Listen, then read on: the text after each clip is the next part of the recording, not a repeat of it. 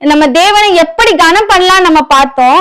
அடுத்ததாவது நம்ம பார்க்கும்போது தேவனை வந்து நம்ம கனம் பண்ணா நமக்கு என்னென்ன ஆசீர்வாதம் கிடைக்குன்னு பார்க்கும்போது, தேவனை கனம் பண்ணும்போது நமக்கு வந்து தேவன் வந்து ஆவிக்குரிய ஆசீர்வாதத்தினால நம்ம ஒவ்வொரு நாளும் அவர் நினைக்கிற தேவனா இருக்கார். நமக்கு வந்து ஆவிக்குரிய ஆசீர்வாதம் நம்ம பார்க்கும்போது சந்தோஷம், சமாதானம்னு எல்லாவற்றையும் நமக்கு அதிகமாக கொடுக்கிற தேவனா இருக்கார். இன்னைக்கு நிறைய நம்ம கிறிஸ்தவர்களை பார்க்கும்போது அவங்க கிட்ட போயிட்டு என்ன வேணும்னு கேட்டா ஃபர்ஸ்ட் சொல்லுவாங்க சமாதானம். எனக்கு சமாதானம் வேணும். ஆனா உண்மையாகவே அவர் சமாதானம்னு சொல்லும் போது, அவரை நம்ம கனம் பண்ணும்போது நமக்கு தேவன் அவரது சமாதானத்தை இந்த உலகத்துல நமக்குன்னா வச்சு போயிருக்காரு. சமாதானத்தை வந்து நம்ம எங்கேயும் போயிட்டு நம்ம வந்து தேவ சமூகத்துல நம்ம அந்த தேவனை தேடும் போது ஆட்டோமேட்டிக்கா நமக்கான சமாதானம் நமக்கு வரும். இந்த உலகத்துல நம்ம வந்து எங்க போன மனசு இது கஷ்டமா இருக்கு, நிறைய பேர் பீச் பார்க் எல்லாம் போவாங்க. நம்ம அந்த மாதிரி போகிறவர்கள் எல்லாம் அந்த சமாதானம் வந்து அந்த இடத்துல நமக்கு இருக்கும்போது அந்த சிச்சுவேஷனால ஒருவேளை அதுக்கு நமக்கு மனசு கொஞ்சம் நிம்மதியா இருக்கு. ஆனா தேவ சமூகம் அந்த சமாதானம் வந்து நிரந்தரமான ஒரு சமாதானமா இருக்கும். அது வந்து உணர்ந்தவங்களுக்கு தெரியும். அது எப்படின்னா, அந்த சமாதானத்தை போயிட்டு நம்ம வந்து ஏசப்பா அவர்கிட்ட அழும் போது நம்ம தேவ சமூகத்துல போயிட்டு நம்ம இது பண்ணும்போது நிச்சயமாகவே நம்ம வாழ்க்கையில நமக்கு சமாதானத்தை தருகிறது. நமக்கு ஆவிக்குரிய ஆசீர்வாதங்கள்னால நம்ம அவரை கனம் பண்ணும் போது, அவரை துதிக்கும் போது, அவரை மகிமைப்படுத்தும் போது அவர் அவரோட ஆசீர்வாதங்கள்னால நம்மள ஒவ்வொரு நாளும் வழி நடத்திருக்க தேவனா இருக்கார். அதுக்கப்புறமா பார்க்கும்போது வாழ்க்கையில எல்லாவற்றையுமே தேவன் என்ன பண்ணுவாரு, அவரை கனம் பண்ணும்போது நிறைவேற்றுவார். தேவன் தேவைகளை நிறைவேற்றுவார். நமக்கான தேவைகளை எல்லாம் நிறைவேற்றுகிற தேவனா இருக்கிறார். நமக்கு தெரியும் பிலிப்பியர் 4:19 நம்ம பார்க்கும்போது, உங்கள் குறைவுகளை எல்லாம் கிறிஸ்து இயேசுவுக்குள் மகிமையிலே நிறைவாக்குவார். இந்த வசனம் நம்ம எல்லாருக்குமே தெரியும், ஆசீர்வாதமான வசனம். குறைவு எல்லாத்தையுமே அவர் நிறைவேற்றுவார். குறைவை நிறைவேற்றுவார்னா ஃபர்ஸ்ட் என்ன பண்ண, அதுக்கு வந்து ஒரு குறை இருக்கணும். நம்ம வாழ்க்கையில குறை இருக்கும் போது அவர் என்ன பண்ணுவாரு, எந்தெந்த இடத்துல எல்லாம் நமக்கு குறை இருக்கோ எல்லாவற்றையுமே அவர் என்ன பண்ணுவார், மகிமையில நிறைவேற்றுகிற தேவனா இருக்க. நமக்கு எல்லா ஆசீர்வாதம் இந்த பூமியில இருக்கிற எல்லா ஆசீர்வாதத்துக்குமே அவருக்கு அதிகாரம் கொடுக்கப்பட்டிருக்கு. அவர் எல்லா ஆசீர்வாதத்தையுமே நமக்கு தர. நம்ம அவரை மகிமைப்படுத்தும் போது, அவரை கனப்படுத்தும் போது நம்முடைய குறைவுகளை எல்லாம் கிறிஸ்து இயேசுவுக்குள் மகிமையில நிறைவாகும். நம்ம அவரை ஆராதிக்கும் போது மட்டும்தான் அந்த குறைவு நிறைவாகும். எனக்கு இந்த ஆசீர்வாதம் வேணும், எனக்கு இந்த தேவை இருக்கு அப்படின்னு நம்ம வந்து கேட்கிறோம், சொல்றோம். ஆனா வந்து நம்ம தேவனை தேடாம எனக்கு இந்த ஆசீர்வாதம் வேணும்ட்டு நான் என் பாட்டுக்கு இருப்பேன். நான் வந்து பிரேயர் பண்ண மாட்டேன், உபவாச கூட்டத்துக்கு போக மாட்டேன், நான் எதுவும் பண்ண மாட்டேன், தேவனை தேட மாட்டேன். நான் வந்து சண்டே மட்டும் சர்ச்சுக்கு போகிற ஒரு ஞாயிற்றுக்கிழமை விசுவாசியா மட்டும்தான் இருப்பேன், எனக்கு ஆசீர்வாதம் வேணும்னா கண்டிப்பா வராது. நம்ம தேவனை விசுவாசிச்சு கிறிஸ்துவுக்குள் நம்ம வாழும் போது, கிறிஸ்துவுக்குள் நமக்கு நடக்கும் போது, அவரோட நம்ம இருக்கும் போது, அவரை கனம் பண்ணும் போது இந்த உலகத்துல இருக்க எல்லா ஆசீர்வாதங்களையும் என்ன பண்ண அவர் வந்து மகிமையிலே நிறைவாக்கி தேவனா இருக்கிறார். அடுத்தது பார்க்கும்போது நம்முடைய தலைமுறையினருக்கு தேவன் என்ன, நம்முடைய ஒவ்வொரு அது வந்து ஒரு ஆசீர்வாதம் தேவன் தருகிற, தேவனை கனம் பண்ணும் போது அவர் நமக்கு தருகிற ஆசீர்வாதம் வந்து நமக்கு மட்டும் இல்ல, அது நமக்கு மட்டும் இருக்க ஆசீர்வாதமா இருக்காது. அது வந்து நம்மளுடைய பின்வரும் சந்ததிகளும் ஆசீர்வதிக்கிறதுக்கான எல்லா ஆசீர்வாதம் நமக்கு தருவார். இன்னைக்கு பார்க்கும்போது பெற்றோர் செய்கிற ஒவ்வொரு காரியங்களும் தான் அது யாருக்கு போகும், பிள்ளைகளுக்கு போகும். பெற்றோருடைய ஆசீர்வாதம் நிச்சயமாக பிள்ளைகளுக்கு தான். அது யாருக்குமே போகாது. அவ பெற்றோர் என்ன பண்ணணும்னா, தேவனை கனப்படுத்தி, தேவனுக்கு பயந்து, நம்ம தேவனை நடக்கும் போது, தேவனை கனம் பண்ணி நம்ம நடக்கும் போது அந்த ஆசீர்வாதம் வந்து பிள்ளைகளை வந்து நிச்சயமாக போய் சேரும். பெற்றோர் வந்து உண்மையா தேவனுக்கு பயந்து இருந்தாங்கன்னா அவங்க பிள்ளைங்க வந்து எங்கேயுமே வழி மாறி போக மாட்டாங்க. பிள்ளைங்களுடைய ஆசீர்வாதத்துக்கு பெற்றோர் தான் காரணம் அப்படின்னு வேதத்திலே நம்ம சொல்லி இருக்கு. பிள்ளைகள் வந்து கர்த்தரால் இருந்து சுதந்திரம். அப்போ அந்த சுதந்திரம் வந்து ஆசீர்வாதமா இருக்கணும் அப்படின்னா பெற்றோர் ஃபர்ஸ்ட் உண்மையா இருக்கணும். பெற்றோர் வந்து தேவனுக்கு பயந்து நடக்கும் போது, தேவனை கனம் பண்ணி நடக்கும் போது பிள்ளைகளை வந்து தேவனை நீதிமானோட பிள்ளைங்க வந்து என்னைக்குமே அவங்க அந்த நாசமா போன இந்த பைபிளை சொல்லவே இல்லை. அவங்க யாருமே கெட்டு போனதாவும் அவங்க வந்து கஷ்டப்படுதாவும் இந்த வேதத்துல சொல்லல. நீதிமானுடைய பிள்ளைங்க வந்து என்னைக்குமே தேவன் வந்து நீதிமான தள்ளாட விடுகிற தேவன் அல்ல. தேவனுக்கு பயந்து நடக்கிறவங்களை வந்து நிச்சயமா அவங்க பிள்ளைகளை தேவன் ஆசீர்வாதம். பிள்ளைங்களுக்கு ஆசீர்வாதம் இல்ல, என் பிள்ளை கஷ்டப்படுது, என் பிள்ளை குடிக்கிறான், என் பிள்ளை தேவனை தேடல அப்படின்னா நிஜமாவே பெற்றோர் தான் காரணம். பெற்றோர் தான் பிள்ளைகளை ஆசீர்வாதம் சம்பாதிக்கிறாங்க. ஆசீர்வாதம் மட்டும் இல்ல, நிறைய பெற்றோர் சாபங்களை சேர்த்து சம்பாதிச்சு வைக்கிறாங்க பிள்ளைகளுக்கு. இன்னைக்கு என்ன நினைக்கிறாங்க, ஆசீர்வாதம் மட்டும்தான் இருக்கணும். இல்ல, பெற்றோர் செய்கிற தீவியான காரியங்கள், தேவனுக்கு விரோதமா நடக்கிறது, ஊழியக்காரங்களை குறை பேசுறது, இதெல்லாம் நாளைக்கு பிள்ளைங்களுக்கு தான் போய் சேரும். அப்போ நம்ம நடக்கும்போது, ஒவ்வொரு நாளும் நம்ம நடக்கும்போது தேவன் என்னோட என்ன பேசுறாரு, நான் எப்படி என் வாழ்க்கையில் நடக்கணும், நம்மளை மட்டும் யோசிக்காம நான் நல்லா இருந்தா போதும் நம்ம யோசிக்காம என் பின்வரும் சந்ததி எப்படி இருக்கணும், என்னோட பிள்ளைங்க நல்லா இருக்கணும். நம்ம ஒவ்வொரு வார்த்தை தேவன்கிட்ட துதிக்கும் போது, ஆராதிக்கும் போது எனக்கு நான் ஆசீர்வாதமா இருக்கேன், நான் நல்லா இருக்கேன், இப்போ நான் நல்லா இருக்கேன், இப்ப எனக்கு எல்லா ஆசீர்வாதமே இருக்கு, நான் சந்தோஷமா இருக்கேன், எனக்கு இந்த உலகத்துல இல்லாதது எதுவுமே இல்லைன்னு நம்மள நம்ம பார்க்காம நம்ம இந்த பண்ணனால என் பிள்ளைங்களுக்கு என்ன நடக்கும், என் பிள்ளைங்கள ஆசை. நம்ம யோபுவை பார்க்கும்போது யோபு என்ன பண்ணுவார்னா, அவருடைய பிள்ளைங்க தப்பு செஞ்சிருப்பாங்களோ அப்படின்னு நினைச்சு ஒவ்வொரு நாளும் தினம் என்ன பண்ணாரு, பிள்ளைகளுக்காக தேவ சமூகத்துல பலியிட்டு ஜெபம் பண்ணாரு. அவர் ஒரு நல்ல ஒரு தகப்பனாக, ஒரு உண்மையான ஒரு தகப்பனாக, உண்மையான பெற்றோர் பிள்ளைகளுக்கு ஆசீர்வாதத்தை தான் சம்பாதிச்சு வைப்பாங்க. யாருமே எந்த பெற்றோருமே பிள்ளைகளுக்கு சாபத்தை சம்பாதிக்க மாட்டாங்க. அப்ப நம்ம பிள்ளைகளுக்கு ஆசீர்வாதம் வேணும்னா எப்படி நம்ம நடக்க, நம்ம வாழ்க்கையில் நம்மள எப்படி நம்ம நடக்க, நம்ம எந்த வழியில நம்ம நடக்கும் போது தேவன் நம்மளை ஆசீர்வதிப்பார். நம்ம தேவனை ஒவ்வொரு நாளும் நம்ம கரெக்டா அதினதின் காலத்துல உண்மையாவே தேவனை கனம் பண்ணுற குடும்பங்களை நீங்க பாத்தீங்கன்னா அவங்க பிள்ளைங்க யாருமே வெட்கப்பட்டு போடும். அதுக்கு உண்மையாவே நானும் ஒரு சாட்சி தான். உண்மையாவே நான் சின்ன வயசுல இருக்கும் போது எங்க அப்பா என்ன பண்ணுவாங்கன்னா, எங்களை தாண்டி இருக்கிற எல்லா பிள்ளைங்களுக்குமே எல்லா வசதியும் செஞ்சு கொடுப்பாங்க. படிக்க முடியாத பிள்ளைங்களுக்கு படிக்கிறது காசு கொடுப்பாங்க, அவங்களுக்கு தேவையான எல்லாத்தையுமே சந்திப்பாங்க. ஆனா அப்போ நான் நிறைய டைம்ல எங்க அழுது இருக்கேன், என்ன நம்மள பார்க்கவே மாட்டாங்க, நான் தானே பிள்ளை, என்னதானே அவங்க பெத்தாங்க, அடுத்த பிள்ளைங்களுக்கு கொடுக்காங்களே அப்படின்ட்டு நிஜமாவே நான் யோசிச்சிருக்கேன். நான் சாட்சி, நான் யோசிச்சிருக்கேன், என்ன பார்க்கவே இல்லை, எனக்கு பண்ணவே இல்லை, எனக்கு ஸ்கூல் ஃபீஸ் கட்டல, இன்னொருத்தங்களுக்கு அவருக்கு ஃபீஸ் கட்டுறதுக்கு காசு கொடுக்காரு அப்படின்ட்டு நிறைய இடத்துல நான் எங்க அம்மாட்ட எல்லாம் அழுதுருக்கேன். நாங்க வெளியில நின்று இருக்கோம், ஸ்கூல்ல ஃபீஸ் கட்டாம நாங்க வெளியில நின்றுருக்கோம். ஆனா எங்க விசுவாச குடும்பங்களுக்கு அப்பா என்ன பண்ணுவாங்கன்னா, படிக்க முடியாத பிள்ளைங்களை ஹெல்ப் பண்ணுவாங்க. அப்போ இப்படி பண்றாங்களே, நமக்கு பண்ண மாட்டாங்க, நான் தானே அவங்க பிள்ளை, நமக்கு பண்ணாம எல்லாருக்கும் அவங்க ஹெல்ப் பண்றாங்களே அப்படின்ட்டு நான் நினைச்சிருக்கேன். ஆனா உண்மையாவே இப்போ நான் நினைக்கிறேன், அதை நினைச்சு உண்மையாவே நான் சந்தோஷப்படுறேன். எங்க அப்பா அன்னைக்கு என் அப்பான்னு இல்ல, பெருமைக்காகவோ யாரோட இதுக்காகவோ நான் சொல்லல, உண்மையாகவே தேவனுக்கு பயந்து நம்ம வாழ்க்கைய அவர் சமூகத்துல ஒப்பு கொடுக்கும் போது இன்னைக்கு எனக்கான தேவை எதுவுமே எந்த இதுமே எனக்கு இல்ல அப்படின்னு சொல்ற அளவுக்கு இயேசுவா வைக்கவே இல்லை.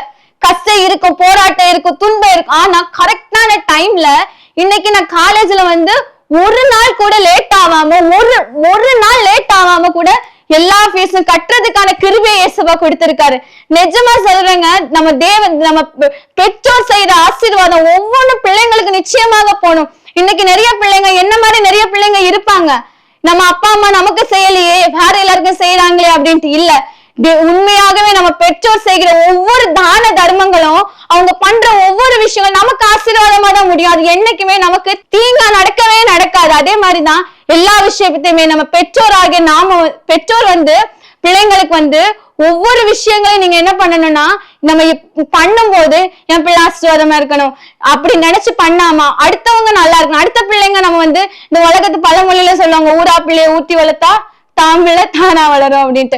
உண்மையாகவே அடுத்த பிள்ளைங்களை நம்ம நடத்தும் போது உண்மையாவே எனக்கு தெரிஞ்சு நானாதான் வளர்ந்தேன். என்ன அவங்க எனக்கு தேவையான எல்லாமே இருக்கும் வீட்டுல, ஆனா நீ இப்படி நட, இப்படி வளரு அப்படின்ட்டு, இப்படிதான் நடக்கணும், டெய்லிக்கு படிக்கணும், இப்படி எல்லாம் ஒரு நாள் கூட எனக்கு அறிவு தெரிஞ்சு எங்க அப்பா ஒரு நாள் கூட என்கிட்ட படிக்கணும்னு சொன்னதே கிடையாது. அவர் என்ன சொல்லுவாருன்னா, நீ படிச்சா உனக்கு நல்லது, நீ படிச்சியா நல்லா படி. ஆனா வேற பிள்ளைங்க கிட்ட நல்லா படி மக்களே, நிறைய மார்க் எடுக்கணும், இவ்வளவு மார்க் எடுக்கணும்னு சொல்லுவாங்க. ஆனா ஒரு நாள் கூட என்கிட்ட சொன்னது கிடையாது. ஆனா நான் அப்பெல்லாம் யோசிச்சிருக்கேன், அப்ப நான் மார்க் எடுக்க வேணாம், நான் நல்லா படிக்க வேணாம், அவங்க அடுத்தவங்க படிச்சா போதும் தானே அப்படின்ட்டு. ஆனா உண்மையாவே தேவன் எல்லா வச்சையுமே அது கொஞ்ச காலம் தான் இருக்கும். அதற்கான ஆசீர்வாத தேவன் கொஞ்சம் கொஞ்சமா நம்ம வாழ்க்கையில அப்ளை பண்ண ஆரம்பிக்கும் போது நம்ம சொன்னதை நினைச்சு நம்மளே வருத்தப்படுவோம். நம்ம ஐயோ நம்ம இப்படி பேசிட்டோமேன்னு நம்ம வருத்தப்படுற அளவுக்கான கண்டிப்பா அது நடக்கும். நம்ம வாழ்க்கையில நம்ம பெற்றோர்கள் தேவனுக்கு கனம் பண்ணி தேவனுடைய வார்த்தையின்படி நடக்கும் போது தேவன் என்ன பண்ணுவாரு, நம்ம தேவன் பிள்ளைகளை அடுத்த நம்ம பின்வரும் சந்ததிகளை இன்னும் அதிகமாக ஆபிரகாம் தேவனுக்கு பயந்து நடந்தாலும் சந்ததிகள் எல்லாமே ஆசீர்வதிக்கப்பட்டுச்சு. அவருடைய சந்ததியில இருந்து இஸ்ரவேல் அப்படின்ட்டு ஒரு பெரிய ஜனமே எழும்புறதுக்கான ஒரு கிருபையை தேவன் கொடுத்தாரு. அதே மாதிரி நம்ம பெற்றோர்கள் பிள்ளைகளுக்கு தேவனுக்கு பயந்து நடக்கும்போது பிள்ளைகளுக்கான ஆசீர்வாதத்தை பெற்றோர்கள் சம்பளம். ஆனா இன்னைக்கு நிறைய பேர் ஆசீர்வாதத்துக்கு பதிலாக சாபங்களை சம்பாதிச்சு வைக்கிறாங்க. இங்க இந்த இயேசுப்பாவோட மரணத்தை பார்க்கும்போது இங்க கொஞ்சம் பெற்றோர் இருக்காங்க. இவங்களுக்கான ஒரு குறிக்கோள் என்னது? இயேசுவ சிலுவையில அறையணும். அதுக்கு என்ன சொல்றாங்க அப்படின்னா, அவன் பண்றதே தப்பு, அது அவனுக்கு தெரியல. அது சொல்றான் என்னது, இவருடைய அந்த ராஜாவே சொல்றாரு, இவருடைய ரத்த பலிக்கு நான் பாத்திரம் இல்லப்பா, நான் கை கழுவுறேன்னு கையை கழுவிட்டாரு. நான் இந்த ஜனத்துக்கு அவ்வளவு அகங்காரம் அவனுக்கு இருக்கு, அவ்வளவு பெருமை, பண செருக்குனால அவன் என்ன சொல்றான்னா, இந்த பாவம் என் மேலும் என் பிள்ளைங்க மேல வரட்டுன்னு அவன் மட்டும் அந்த இதுல விழுந்தது இல்லாம அவன் பிள்ளைங்களையும் சேர்த்து அந்த சாபத்தை வாங்கி வைக்கிறாங்க. இன்னைக்கு நிறைய பெற்றோர் அப்படிதான் சொல்றாங்க, நான் தப்பு பண்ணா என் மேல வரட்டு, என் பிள்ளைங்க மேல வரட்டு, நான் தப்பே பண்ணல. ஆனா நம்ம தேவனுக்கு தெரியும் நம்ம என்ன பண்ணிருக்கோம் அப்படின்ட்டு. நம்ம உண்மையா ஆராய்ஞ்சு பார்க்கும்போது நம்ம தேவனுக்கு பயந்து நடந்தோம்னாதான் நம்மளுக்கு ஆசீர்வாதம். இன்னைக்கு கூட நிறைய ஜனங்கள் நம்ம வாழ்க்கையில் அப்படி இல்லாம பிள்ளைகளுக்கான ஆசீர்வாதத்தை பெற்றோர் அது சாபத்தை வாங்கி வைக்கிறவங்களா இல்லாம பிள்ளைகளுக்கு ஆசீர்வாதத்தை கொடுக்கிறவர்களா இருக்கும்போது தேவனை கனம் பண்ணோட வார்த்தையின்படி நடக்கும்போது முழு இருதயத்தோடு முழு ஆத்மாவோடு தேவனை நம்ம கனம் பண்ணும்போது, கனம் பண்றதுல முந்திக் கொள்ளும் போது தேவன் நமக்கான தேவைகள் எல்லாம் என்ன பண்ணுவாரு? தேவன் சந்திக்கிற தேவனா இருக்கிறார். அல்லேலூயா.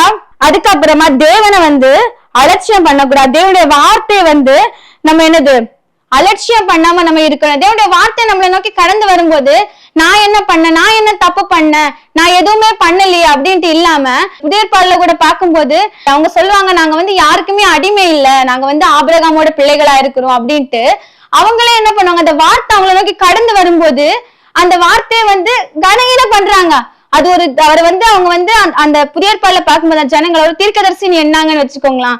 அப்ப தீர்க்கதரிசி சொல்ற வார்த்தை நீங்க அடிமைகளா இருக்கீங்க அப்படின்னா, நம்ம எந்த விஷயத்துல அதிகமா செலவிடுறோமோ அதுக்கு நம்ம அடிமையா தான் இருக்கும். குடிக்கிறவங்க டெய்லி குடிச்சானா அவன் குடிக்க அடிமையா தான் இருக்கும். ஏன்னா அதை விடுறது, எந்த ஒரு விஷயத்த நம்மளால விட முடியலையோ நம்ம அதற்கு எப்படி இருக்கும்? அடிமையா இருக்கும். நம்ம அப்படி இல்லாம தேவனுடைய வார்த்தையை நம்ம கனம் பண்ணும்போது, தேவனுடைய வார்த்தையின்படி நம்ம நடக்கும்போது, நம்மள வாழ நம்ம ஒப்பு கொடுக்கும் போது தேவன் நம்மளை அதே நேரம் அந்த வார்த்தையை நம்ம கனஈன பண்ணி நடக்கும்போது அந்த வார்த்தை எனக்கானது இல்ல, அவங்களுக்கானது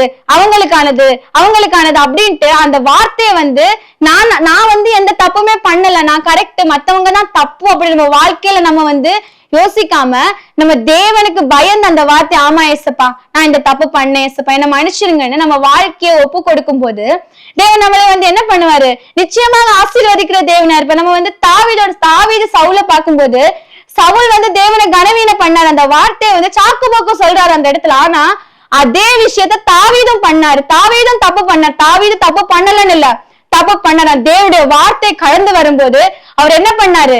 தேவன்கிட்ட மன்னிப்பு கேட்டாரு. ஆமா ஏசப்பா நான் பண்ணது தப்புதான், என்ன மன்னிச்சிருங்கன்னு சொல்லும் போது தண்டனை கிடைக்கும். இப்போ நம்ம தப்பு பண்ணி போனோம்னா கண்டிப்பா அதுக்கான தப்பு பண்ணா அதுக்கான தண்டனை கிடைக்கும். ஆனா அதுக்கு கூட மன்னிப்புன்னு ஒண்ணு ஃப்ரீயா கிடைக்கும். நமக்கு அத ஃப்ரீயா கிடைக்கும். அது நமக்கு ஃப்ரீ. மன்னிப்பு நம்ம பாவத்தை நம்ம அறிக்கையிடும் போது மன்னிப்பு ஃப்ரீ. மன்னிப்பு தேவ சமூகத்துல எனக்கு மன்னிப்பு வேலை, நம்ம போயிட்டு அவர் சமூகத்துல அழ வேண்டிய தேவையோ, எனக்கு இந்த தப்பெல்லாம் உண்டு என்ன மன்னிங்கன்னு கேட்க வேண்டிய தேவைங்க. நம்ம பாவத்தை நம்ம எப்ப தேவ சமூகத்துல நம்ம அறிக்கையிட்டோமோ, நான் இதை தப்பு பண்ணிட்டேன் ஏசப்பா என்ன மன்னிச்சிருங்க ஏசப்பான்னு நம்ம பாவங்களை நம்ம எப்ப அறிக்கையிட்டோமோ மன்னிப்புங்கிறது நமக்கு இலவசமா கிடைச்சிச்சு. அப்ப அதே மாதிரிதான் அங்க சவுல் என்ன பண்ணாரு? அவர்கிட்ட தேவனுடைய வார்த்தை வரும்போது அதை கனவீன பண்ணி அதுக்காக சாக்கு போக்கு சொன்னனால அவருடைய அந்த ராஜ்யபாரமே தாவீதுக்கு போகுது. அவருடைய ஆவி தாவீதுக்கு போனால இதே விஷயத்துல தாவீதும் அடிபடுறாரு. ஆனா ரெண்டு பேருக்கு விஷயம் என்னது? தாவீதோட ராஜ்யம் நினைச்சிருக்க காரணம் என்னன்னா அந்த தேவனுடைய வார்த்தை அவரை நோக்கி வரும்போது தேவனுடைய வார்த்தையை கனம் பண்றாரு. கனம் பண்ணி அந்த வார்த்தை ஆமா ஏசப்பா நான் தப்பு பண்ணேன், நான் பண்ணது தப்புதான்னு தேவ சமூகத்துல அவரை ஒப்பு கொடுத்தனால தேவன் என்ன பண்ணாரு? அதுக்கான தண்டனை, அந்த குழந்தை இறந்து போயிடுச்சு. ஆனா என்ன பண்ணாரு? இன்னும் அவர் ஆசீர்வாதத்தை கொடுத்து என்ன பண்ணாரு? அவருடைய ராஜ்யத்தை அவருடைய சிங்காசனத்தை நிலைநிற்க அவருடைய வழியிலேயே இயேசு பிறக்கத்தக்க அந்த ஆசீர்வாதத்தை அவருக்கு கொடுத்தாரு. நம்ம பாவங்களை மறைக்கிறவர்களா இல்லாம தேவனை கனம் பண்ணி இந்த தப்பு பண்ணி இருக்க அப்படின்னு தேவ வார்த்தை நம்மளை நோக்கி வரும்போது அது நம்ம அது கனவீன பண்ணாம அதை கனம் பண்ணி ஆமா ஏசப்பா நான் தப்பு பண்ணேன். ஒருவேளை அந்த தப்பு நம்ம அப்ப பண்ணிருக்க மாட்டோம். ஆனா இனிமே பண்றதுக்கான சூழ்நிலை வரலாம். ஏசப்பா இந்த தப்பு பண்ணாதபடி என்ன பாதுகாத்து கொள்ளுங்க ஏசப்பா. என்ன நீங்க ஆனா இந்த உலகத்துல இப்போ இருக்கிற இந்த உலகத்துல வந்து பாவம் இல்லாம வாழ்றதுங்கிறது ஈஸியான விஷயம் கிடையாது. பாவம் வந்து நம்ம கையிலேயே இருக்கு. நம்ம பக்கத்துலதான் இருக்கு. ரொம்ப தூரம் எல்லாம் போக வேணாம். நம்ம கையிலேயே நம்ம வச்சிருக்கோம். ஆனா அந்த பாவம் நம்மள மேற்கொள்ள கூடாது, அந்த பாவம் என்கிட்ட வரக்கூடாது அப்படின்னு உண்டுன்னா நம்ம தேவனை வந்து அந்த வார்த்தை ஏசப்பா அந்த பாவத்தை நான் செய்யக்கூடாதுன்னு அவர் வார்த்தையை கனம் பண்ணும்போது என்னது நம்ம தேவன் என்ன பண்ணுவார், நம்மளை வந்து ஆசீர்வதிப்பார். பெற்றோர் ஒவ்வொரு நாளும் ஜெபம் பண்ணும்போது ஏசப்பா என் பிள்ளைய பாதுகாத்து கொள்ளுங்க. இப்ப பார்க்கும்போது எல்லா பிள்ளைங்களுக்குமே போனு கையில. போன் பார்க்கும்போது போன்ல வந்து இன்னைக்கு கிடைக்காத எந்த சோர்ஸுமே கிடையாது. இந்த உலகத்துல என்னென்ன தேவையோ எல்லாமே அந்த போன்லயே இருக்கு. எல்லா பாவமுமே அந்த போன்ல தான் இருக்கு. ஆனா நம்ம வந்து அதை வந்து நம்ம எப்படி யூஸ் பண்ண, போன் யூஸ் பண்றது தப்பு அப்படின்னு சொல்ல முடியாது. ஏன்னா போன் யூஸ் பண்ணலாம். ஆனா நம்ம எதுக்காக யூஸ் பண்றோம், எந்த பர்பஸுக்காக நம்ம அதை யூஸ் பண்றோம், அதை நம்ம எப்படி யூஸ் பண்றோம். நம்ம வந்து உண்மையாகவே பெற்றோர் வந்து நீங்க பிள்ளைங்களுக்காக ஜெபம் பண்ணீங்கன்னா நீங்க அந்த அதுக்குன்னு ஒரு லிமிட் இருக்கு. அந்த லிமிட்டை தாண்டி தேவன் என்னைக்குமே அவங்களை போக விட மாட்டாரு. அவங்களுக்கே ஆட்டோமேட்டிக்கா அது மேல ஒரு வெறுப்பு வந்துடும். அவங்களே என்ன பண்ணிடுவாங்க, போன் பாக்குறது எல்லாம் ஸ்டாப் பண்ணிடுவாங்க. எல்லாமே என்ன கொஞ்சம் கொஞ்சமா தேவன் என்ன பண்ணுவாரு, அவங்க அது மேல வெறுப்பு வர ஆரம்பிச்சிடும். என்னைக்குமே எந்த ஒரு விஷயமுமே வந்து சீக்கிரமா நிறுத்த மாட்டாங்க. அது வந்து கொஞ்சமா அது மேல தேவன் என்ன பண்ணுவாரு, வெறுப்ப கொடுப்பாரு. இது எனத்துக்கு பாத்துக்கிட்டு இதுல பார்த்து நமக்கு என்ன கிடைக்குது, இதுல பார்த்து நமக்கு என்ன பிரயோஜனம் அப்படின்ட்டு அது மேல தேவன் என்ன பண்ண ஒரு வெறுப்பு கட்டளையிட்டு தேவன் என்ன பண்ணுவாரு, ஒவ்வொரு தேவனுடைய வார்த்தையை கனம் பண்ணும் போது, தேவனுடைய வார்த்தையின்படி நடக்கும் போது, சமூகத்துல நம்ம ஒப்பு கொடுக்கும் போது தேவன் நம்மளை கனம் பண்ணுகிற தேவனா இருக்கிறார். இன்னைக்கு நம்ம தேவனை பார்த்து கேட்போமா, ஏசப்பா ஒரு நிமிடம் அப்படியே நம்ம இருக்கிற இடத்துல கண்களை மூடி, ஏசப்பா உங்க வார்த்தையின்படி நடக்கத்தக்கது, உங்க வார்த்தையை கனம் பண்றதுக்கான கிருபை எனக்கு தாங்க ஏசப்பா. அந்த வசனம் ஏசப்பா இன்னைக்கு கேட்ட வார்த்தையின்படி ஏசப்பா உங்களை நாங்க கனம் பண்ணுகிறவர்களாக வாழணும் ஏசப்பா. உங்க வார்த்தையை கேட்டு அதன்படி அதை நாங்க எங்க வாழ்க்கையில நாங்க அர்ப்பணித்து எங்க வாழ்க்கையில நாங்க அது வந்து உங்க வார்த்தையின்படி நடக்க நாங்க உங்க வார்த்தையை கனப்படுத்தி எங்களை நோக்கி வார்த்தைகள் வரும்போது எங்களை நோக்கி கடினமான வார்த்தைகளா இருந்தாலும் நாங்க வந்து செய்யாத தவறுகளை வந்து எங்க கிட்ட வந்து இப்படி பண்ணாதீங்கன்னு சொன்னாலும் அது வந்து மனசார ஏத்து அது வந்து நாங்க வந்து ஏற்றுக்கொள்றதுக்கு அவங்க வார்த்தை வந்து அது எப்படிப்பட்ட வார்த்தையா இருந்தாலும் அதை கனம் பண்ற கிருபையை தாங்க ஏசப்பான்னு அவரை பார்த்து நம்ம ஒவ்வொரு நாளும் நம்ம ஜெபம் பண்ண நம்மளை ஆசீர்வதிக்கிற தேவனா இருக்கிறார். அவர் ஒரு நிமிடம் அப்படியே தலைகளை தாழ்த்தி ஜெபிப்போமா. ஆமென் ஆமென். ஸ்தோத்திரம் ஸ்தோத்திரம் ஸ்தோத்திரம் ஸ்தோத்திரம் ஏசப்பா. ஹல்லேலூயா. உம்மை துதிக்கிறேன் ஏசப்பா. எங்களை மறைவாமல் நினைத்து ஒவ்வொரு நாளும் எங்களை ஏசப்பா எங்களை கண்மணி போல பாதுகாத்தீங்களே ஏசப்பா. ஏசப்பா இந்த நாள்ல நாங்க கேட்ட வார்த்தையின்படி ஏசப்பா கனம் பண்ணுகிறதுல ஏசப்பா நாங்க முந்தி கொள்கிறவர்களாக உங்களை கனம் பண்ணணும் ஏசப்பா. ஏசப்பா என்னை கனம் பண்ணிடுறவர்களை நானும் கனம் பண்ணுவேன்னு சொல்லியிருக்கீங்க ஏசப்பா. உங்களை கனம் பண்ணி உங்க வார்த்தைகளை கனம் பண்ணி ஊழியக்காரர்கள் மூலமாக ஏசப்பா அந்த வார்த்தை எங்களை நோக்கி வரும்போது ஏசப்பா அதை கனம் பண்ணுகிற பிள்ளைகளாக மாற்றிங்க ஏசப்பா. இந்த வசனத்தை கேட்டுக்கொண்டிருக்கிற ஏசப்பா ஒவ்வொருவரையும் நீங்க பாதுகாத்து கொள்ளுங்க ஏசப்பா. நீங்க பலப்படுத்துங்க வசனத்தை கேட்டு ஏசப்பா. ஏசப்பா உங்களை கனம் பண்ணீர்களாக மாற்றி ஆசீர்வாதத்தை கட்டளையிடுங்க ஏசப்பா. ஏசப்பா ஒவ்வொரு நீங்க பலப்படுத்திக்கோங்க, ஆசீர்வாதத்தை கட்டளையிடுங்க ஏசப்பா. ஒவ்வொரு கூட நீங்களே இருங்க ஏசப்பா. ஒவ்வொருவரையும் ஆசீர்வதிங்க ஏசப்பா. எங்க வாழ்க்கையில ஏசப்பா கனம் பண்ணுகிறவர்களாக ஏசப்பா உங்க வார்த்தையை கேட்டு அது ஏனோ தானோ என்று இல்லாதபடிக்கு ஏசப்பா உங்க வார்த்தையை கேட்டு அதன்படி நடக்கிறவர்களாக எங்களை மாற்றுங்க ஏசப்பா. ஏசப்பா ஒவ்வொரு பெற்றோர்களையும் பாதுகாத்துக் கொள்ளுங்க ஏசப்பா. பிள்ளைகளுக்கு ஆசீர்வாதத்தை ஏசப்பா வாங்கி கொடுக்கிறவர்களாக ஒவ்வொரு பெற்றோர்களையும் நீங்க மாற்றுங்க ஏசப்பா. ஒரு பிள்ளைகளை பாதுகாத்துக் கொள்ளுங்க ஏசப்பா. உங்களுடைய வார்த்தையை ஏசப்பா பெற்றோர்கள் மூலம் பெரியவர்கள் மூலம் வரும் வார்த்தை கனம் பண்ணுகிற பிள்ளைகளாக ஏசப்பா அதை கேட்டு அதுபடி நடக்கிற பிள்ளைகளாக ஒவ்வொரு இதயங்களையும் நீங்க மாற்றுங்க. ஒவ்வொரு நீங்க பலப்படுத்துங்க, ஆசீர்வாதிங்க, பாதுகாத்துக் கொள்ளுங்க ஏசப்பா. நீங்களே பலப்படுத்துங்க. மீட்பரே நல்ல பிதாவே ஆமேன். இந்த வார்த்தையின் மூலம் கர்த்தர் உங்களை ஒவ்வொருவரையும் ஆசீர்வதிப்பாராக. ஆமேன்.